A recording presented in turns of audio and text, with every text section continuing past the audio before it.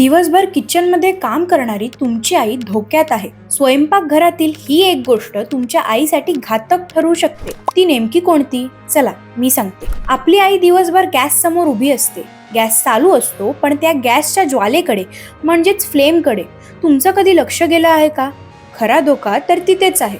जर गॅसची ज्वाला निळसर असेल तर सगळं ठीक आहे, पण तीच ज्वाला जर पिवळसर किंवा लालसर वाटत असेल तर तो एक इशारा आहे की गॅसला पुरेसा ऑक्सिजन मिळत नाहीये. यामुळे कार्बन मोनोऑक्साईड नावाचा एक विषारी वायू तयार होतो. हा वायू इतका धोकादायक आहे की त्यामुळे डोकेदुखी, दम्याचा त्रास म्हणजेच अस्थमा आणि दीर्घकाळ संपर्कात राहिल्यास मृत्यू सुद्धा होऊ शकतो. पण काळजी करू नका, यावरचा उपाय अगदीच सोपा आहे. गॅसचा बर्नर दर आठवड्याला बेकिंग सोडा आणि पाण्याने स्वच्छ धुवून काढा आणि यामुळे बर्नर मधील घाण निघून जाईल, ऑक्सिजन नीट मिळेल आणि गॅसची ज्वाला पुन्हा निळसर होईल. हा व्हिडिओ इतका शेअर करा की प्रत्येक स्वयंपाकघरात काम करणारी ती आई, बहीण, पत्नी, प्रत्येक स्त्री सुरक्षित राहील.